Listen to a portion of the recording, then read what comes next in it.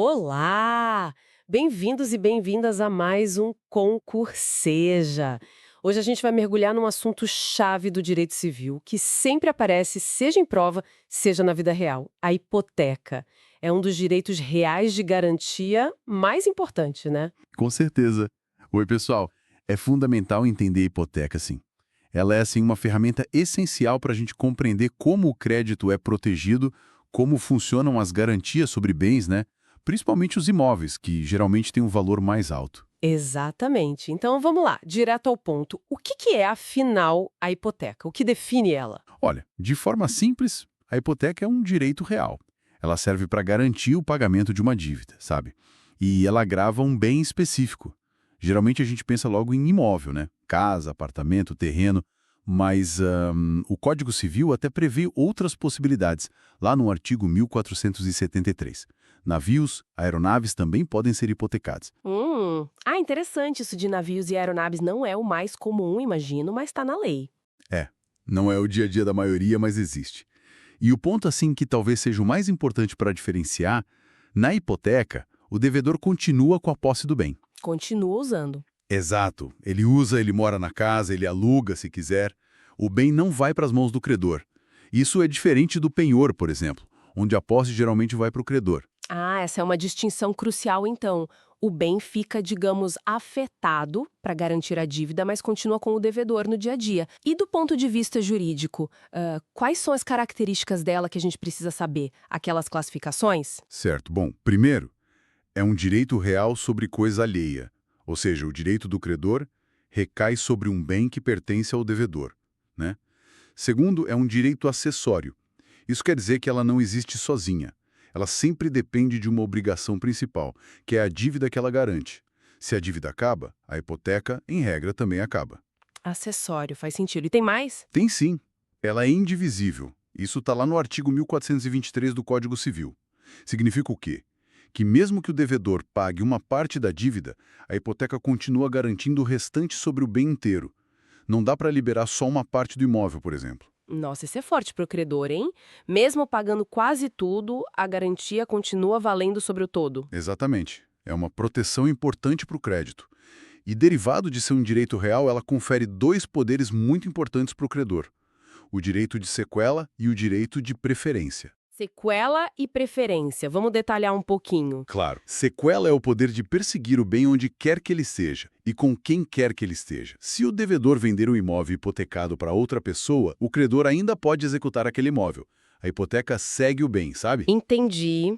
A garantia acompanha um imóvel, não importa o dono. E a preferência? A preferência dá ao credor hipotecário o direito de receber o valor da venda judicial do bem antes de outros credores do mesmo devedor, aqueles credores que não têm garantia real, os chamados quirografários. Ah, então ele fura a fila na hora de receber se o bem for vendido num leilão, por exemplo. Isso. Ele tem prioridade. É uma garantia bem mais forte que uma fiança, por exemplo, que é pessoal. E também é diferente da alienação fiduciária, que é outra garantia real muito usada hoje. Qual é a diferença-chave para alienação fiduciária? Rapidinho. Isso.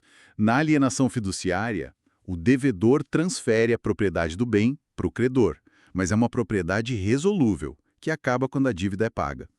Na hipoteca, não. A propriedade continua com o devedor, apenas se grava um ônus real sobre ela. Perfeito, ficou claro.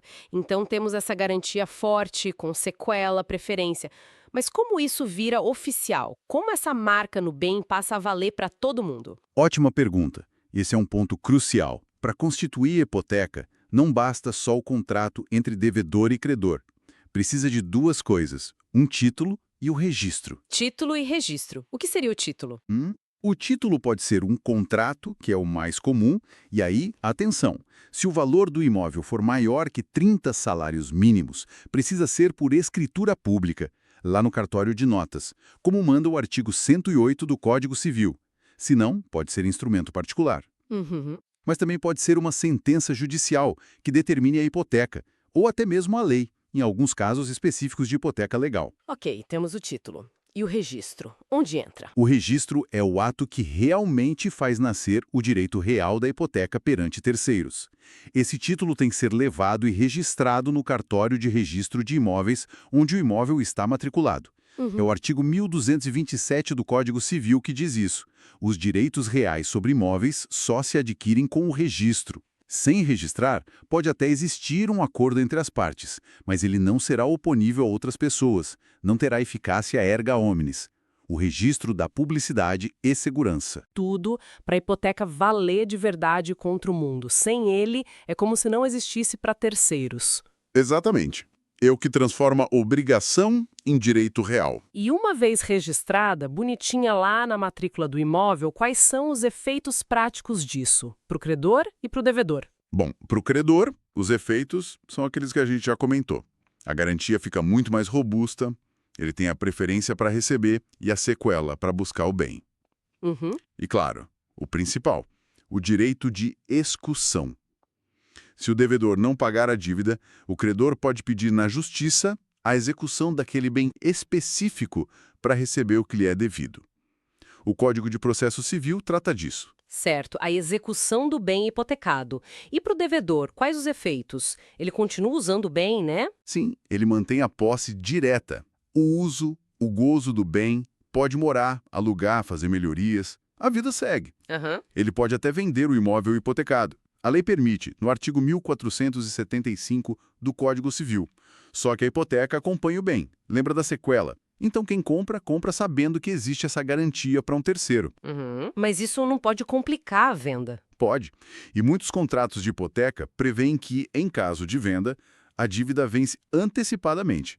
O credor pode exigir o pagamento total e imediato. Ah, entendi. É um jeito de proteger o credor também. Isso. E a principal obrigação do devedor, além de pagar a dívida, claro, é conservar o bem. Ele não pode deixar o imóvel se deteriorar a ponto de perder valor e prejudicar a garantia. Faz sentido. Ele tem que zelar pelo bem que garante a dívida dele. E como essa garantia acaba? Quando a hipoteca deixa de existir. O fim da hipoteca está previsto lá no artigo 1499 do Código Civil. A causa mais óbvia e comum é o pagamento total da dívida principal. Se a dívida acaba, o acessório, que é a hipoteca, também se extingue. Ok, pagou, acabou. Tem outras formas. Tem. O credor pode renunciar à garantia, ou o bem pode ser destruído, né? Um incêndio que acaba com a casa, por exemplo. Aí não tem mais objeto para garantia. Outra forma é a arrematação judicial do bem, quando ele é vendido em leilão para pagar o próprio credor hipotecário ou outro credor. A arrematação limpa o bem. Ou pode acabar pelo fim do prazo, se a hipoteca foi constituída por um tempo determinado. E quando acaba, tem que fazer alguma coisa no cartório? Sim, muito importante. Assim como precisa registrar para nascer, precisa fazer a averbação do cancelamento da hipoteca lá no registro de imóveis para liberar formalmente o bem daquele ônus. Senão, ele continua constando como gravado. Entendido. Cancelamento é tão importante quanto o registro. Agora, tem uma situação bem prática que gera muita dúvida, né? Aquela da pessoa que compra um imóvel, às vezes na planta, paga tudo direitinho Isso. e depois descobre que a construtora tinha hipotecado aquele imóvel para um banco para financiar obra. E aí? Esse comprador que pagou tudo corre o risco de perder o apartamento por causa da dívida da construtora? Excelente ponto. Essa era uma preocupação enorme e muito justa, né? Imagina pagar pelo seu imóvel e descobrir isso. Isso. Mas, felizmente, a jurisprudência, especificamente o Superior Tribunal de Justiça, o STJ, pacificou essa questão. Existe a súmula 308 do STJ. Súmula 308. O que ela diz? Ela diz basicamente que a hipoteca firmada entre a construtora e o agente financeiro, o banco que financiou a obra, não tem eficácia perante os adquirentes dos imóveis. Ou seja, quem comprou de boa fé e quitou não pode ser atingido por aquela hipoteca. Ufa! Que alívio para quem compra imóvel, né? Então a súmula protege o comprador final. Exatamente, é uma proteção importantíssima para o consumidor, para o adquirente de boa fé. Ele não pode ser prejudicado por uma relação contratual da qual ele não fez parte, né? Entre a construtora e o banco. Ótimo. Então, recapitulando rapidinho, hipoteca é esse direito real de garantia, geralmente sobre imóvel, o devedor fica com a posse, o registro no cartório é essencial para valer contra terceiros, o credor ganha preferência para receber e sequela para seguir o bem, e a súmula 308 do STJ protege quem compra o imóvel da construtora. Acho que cobrimos os pontos principais, né? Foi uma explicação muito clara. Obrigada. Acho que sim. E é bom lembrar, né?